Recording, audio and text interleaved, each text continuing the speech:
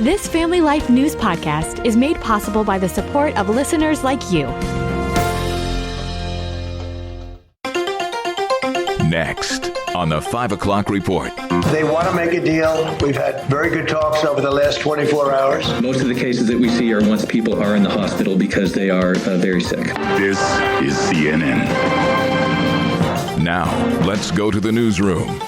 Pausing for the possibility of peace. Good afternoon. Thank you very much for joining us. I'm Mark Webster. That's how the Trump administration is portraying a hold on Project Freedom after just a few days, citing progress now in talks with Iran about a more lasting end to the 2-month war. President Trump this afternoon. They want to make a deal. We've had very good talks over the last 24 hours, and it's very possible that we'll make a deal. We've had some good talks before, and all of a sudden the next day they forgot what happened. Fox's Trey Yingst on what the Iranians are saying. A spokesperson for Iran's foreign ministry posted a cryptic message to X saying the concept of negotiations requires, at the very least, a genuine attempt to engage in discussions with a view to resolving the dispute.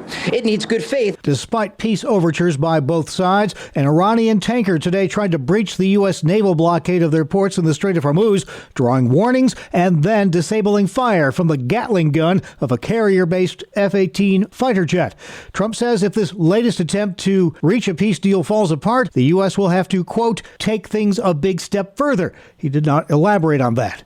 Next, an update on that stricken Atlantic cruise ship where 3 people have died so far after a hantavirus outbreak. Camilla Bernal reports health officials are now aware of 8 related cases. Some of the passengers leaving before the outbreak came to light. Authorities in Switzerland this morning revealing an infected man who traveled there from the cruise is now being treated. Immunologist Dr. Stephen Bradfute says hantavirus infections can have severe consequences. Most of the cases that we see are once people are in the hospital because they are very sick. The World Health Organization says it evacuated multiple people suspected of carrying the virus. The ship's now headed to the Canary Islands for a complete disinfection. That'll take days. And then finally, remaining passengers will be returned to their home countries from their nightmare cruise.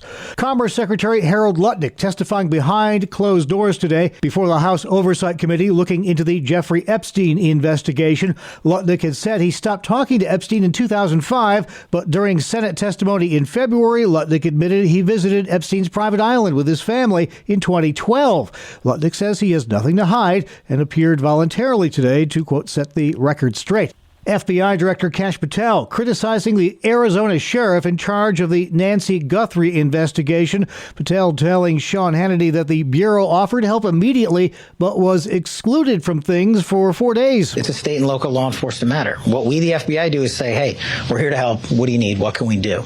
And for 4 days, we were kept out of the investigation. We would have analyzed it within days and maybe gotten better information or more information. Our lab's just better than any other private lab out there. Pima County Sheriff Chris Nanos rejects Patel's criticism, saying an FBI task force member was notified the night Guthrie disappeared and worked alongside deputies.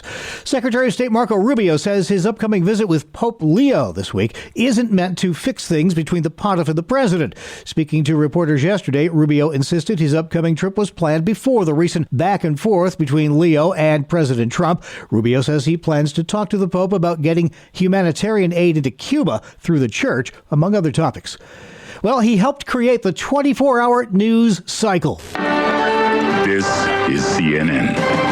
James Earl Jones with his famous liner for CNN, cable news network, which changed the face of television news forever. It was one of the many things credited to media titan Ted Turner, who has died at the age of 87. Turner founded CNN in 1980. Longtime CNN fixture Wolf Blitzer tells CBS. He was so determined to make sure that the news was strong, was reliable, was fair, and he inspired me and so many other journalists to work and report the news fairly and accurately, and if possible, break those stories first. Some called Turner the mouth of the South. He also owned TBS, the Atlanta Braves, and Atlanta Hawks, and was married for a time to actress Jane Fonda.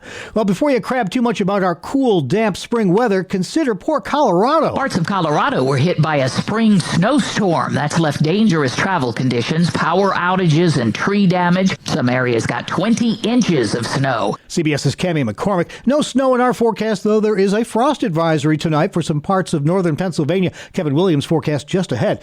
And from cool weather to cool under fire, today is National Nurses Day.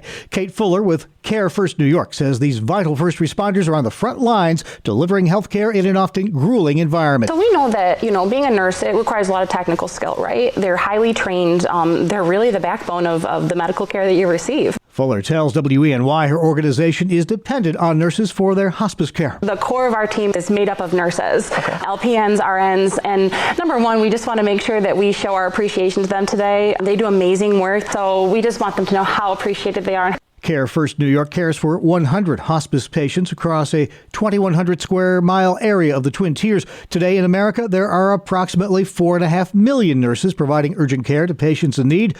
Like they say at the hospital, if you want to know what's really going on, ask a nurse. Still to come on the 5 o'clock report, a recap of our top regional stories and highlights from today's Inside Out feature with Martha Manikas-Foster.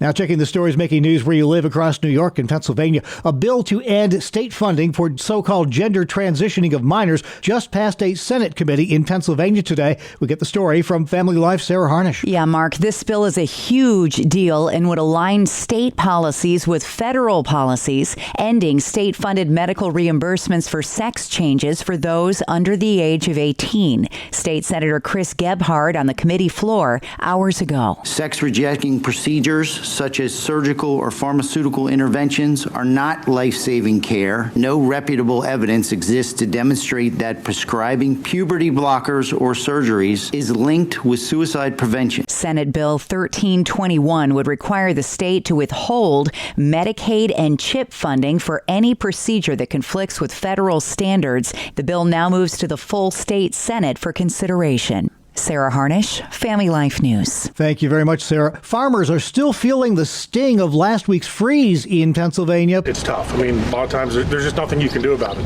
You just have to take it in stride and do whatever you can to try to be more efficient and just try to make best with what you can. But yeah, fuel and fertilizer prices, without a doubt, are just hitting us really hard. Mid-State farmer Andrew Allwine at Creekside Farm Market telling WHTM his farm took a big hit, but he thinks they can recover. We will have to replant a good chunk of our early corn, traditional corn and soybeans that were damaged by the frost. For us, about 100 acres of corn and about 50 acres of soybeans. So not a whole lot in the big picture for some guys, but for us, that's a substantial amount that we will have to replant. On May 14th at 8 a.m. at the Conewaga Presbyterian Church in Hunterstown, the Department of Agriculture will host a farmers' breakfast and discuss how to help farmers who were impacted by that big freeze. Erie County, New York next, where they've got 2 shiny new red police helicopters to the tune of $7 million. Sheriff John Garcia telling WIVB the old chopper was only flown 2 months last year because of repairs. The captain did a great job for many, many years in operating that piece of aircraft. But it came to a point where it was antiquated and the maintenance schedule made it too expensive and it didn't allow us to have it up in the air. Garcia talking in front of those choppers Tuesday morning. In meeting with the county executive, I got to give him a lot of credit. He understood that this was not a want, but a need. Those choppers are used for rapid response, aerial surveillance, tracking suspects, as well as search and rescue. A large intersection in Wilkes-Barre, Pennsylvania, opened again after a sinkhole appeared right between the traffic lights. The hole appeared at Spring and Monday Streets over the weekend. Crews filled it in after determining it was not connected to any water or gas lines. No word on what caused that hole to open up, but it was several feet wide. And this was happening at the Pennsylvania State Capitol Tuesday. Psalm 121. I lift up my eyes to the hills. Where does my help come from?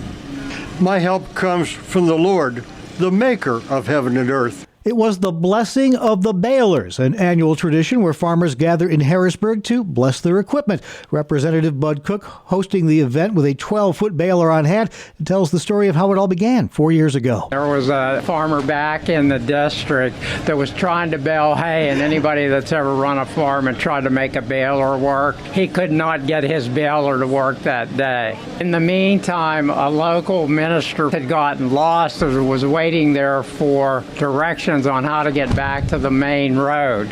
As soon as Mr. Crampy pulls in, he literally unloads on the Reverend about how miserable his bailer was. The Reverend said, let's go do a prayer over your bailer. So they go and they pray over his bailer. That bailer does not miss a bale of hay the rest of the summer. Well, there you have it. Cook introducing legislation later today, formally recognizing May 5th as Blessing of the Bailers Day in Pennsylvania.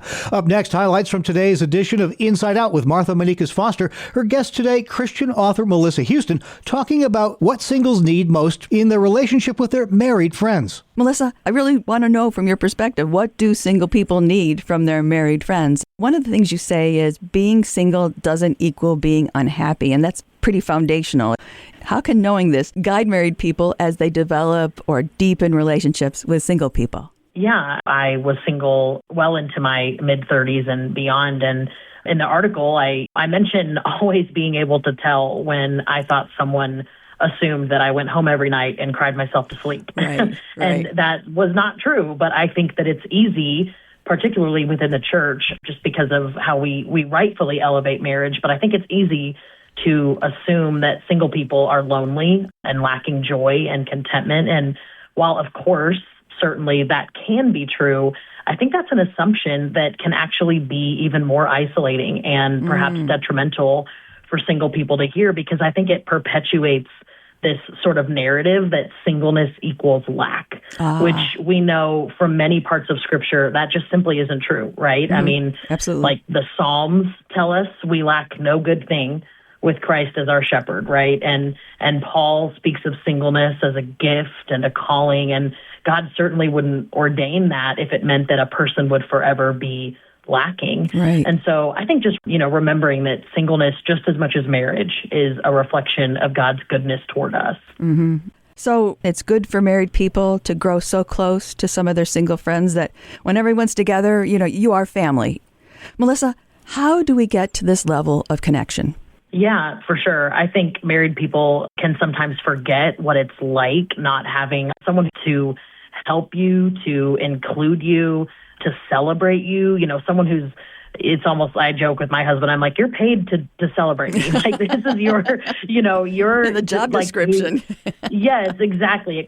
And also, conversely, to notice when you're struggling. Mm-hmm. And so just remembering that you may be the only person to ask a single person how their day was. Like, they're not coming home to someone who, we joke, is paid to ask that, or what they might need, or to check and see if they made it home safely when they leave a function, or to make sure they have somewhere to be for the holidays and offer to pick them up from the airport. It's not taking for granted these and other, I think, subtle ways that spouses serve one another that single people just might not have. Mm-hmm. So with a family of their own, married people are uniquely and I think beautifully positioned to counteract the loneliness of singleness. And one of the best ways they can do that is by adopting their friends into that family and caring for them, as such. And you're also opening the door saying that there are some single people who would want you to. Yeah. For sure. And I think equally as important for single people to use the gift. We know from Scripture that too is a gift. Mm-hmm. And we know that one of the more practical ways that it is a gift is by maybe a little bit more time, a little bit more energy that they can invest in a married friend's or married family's family. I'm sure any parent would tell you that one of the best ways to love them is to love their kids. Mm-hmm, and so being willing and finding creative ways to step into a family's life and be included in that and all that entails, right? The messy bedtimes, the messy dinner times, the hanging out during nap times. I think all of those are practices for the single to be challenged in as well. Mm-hmm. Now, how do married people testify to the beauty of marriage and even encourage it without implying that being married is better, like you need this, it must be the next step for you? Yeah, it is tricky. But I think first off, it can be really helpful to remember that we all have much more in common than we think, right? Single, married, we're all sinful. We're all struggling in similar ways, and we all need the same basic things. And so I think leveling the playing field, so to speak, and not making marriage and singleness as big of a differentiator as we often do, remembering that friendships of all kinds naturally involve sharing about your life and what's going on in your family and your career. Christian author Melissa Houston speaking with our Martha Manikas Foster on today's edition of Inside Out. You can hear the entire feature and all of our Family Life original news features at Apple Podcasts, YouTube, Spotify, and FamilyLife.org. This is the 5 o'clock report on Family Life. In 2 Kings 12, we find a remarkable detail tucked into the story of the temple's repair. The workers handling the money weren't required to give an account because they dealt honestly. Hi, I'm Rob West with another Faith and Finance Minute. Think about that for a moment. No audits, no oversight committees. Why? Because their integrity spoke for itself. That's the power of faithfulness. When our character is consistent over time, it builds trust that no system can manufacture. These craftsmen weren't just skilled, they were trustworthy, and that became part of their testimony. Today, whether you're managing a budget, running a business, or handling someone else's resources, the same principle still applies. God isn't just concerned with what we do, but how we do it. Connect with a certified Kingdom advisor who's been trained to deliver financial advice that aligns with your Christian values by visiting our website, faithfi.com. Thanks, Rob. Finally at 5. Sounds like a Hallmark script, but it really did happen. Veteran paramedic Carl Epps was teaching CPR at a Wisconsin college when students noticed he just didn't look right. That's because he was having a real-life heart attack right in front of them. They tell ABC that's when their fresh training kicked in. I was in the right spot at the right time. Something that I feel like anyone would do if they were in our position at that time. It's been pretty sweet to see him up and moving again, which is it's awesome to see. I definitely will feel far more confident walking out into the field at the end of everything than I did walking into class on the first day. Indeed, and their teacher, now recovering after open heart surgery, couldn't be more proud. I'm living proof that CPR works. Learn how to save lives. My students did, and I'm here. Thank you. He says he can't wait to get back to work teaching more students the value of CPR. Go learn it. And that's the world we live in for Wednesday, May 6th, 2026. Thanks again for joining us. I'm Mark Webster, Family Life News. Thank you for listening to this Family Life News podcast. If you've been encouraged by what you've heard, please share it with others and click the subscribe button to automatically receive future episodes. Family Life is a listener-supported ministry. Podcasts like this are made possible by your financial partnership. Find out more at familylife.org.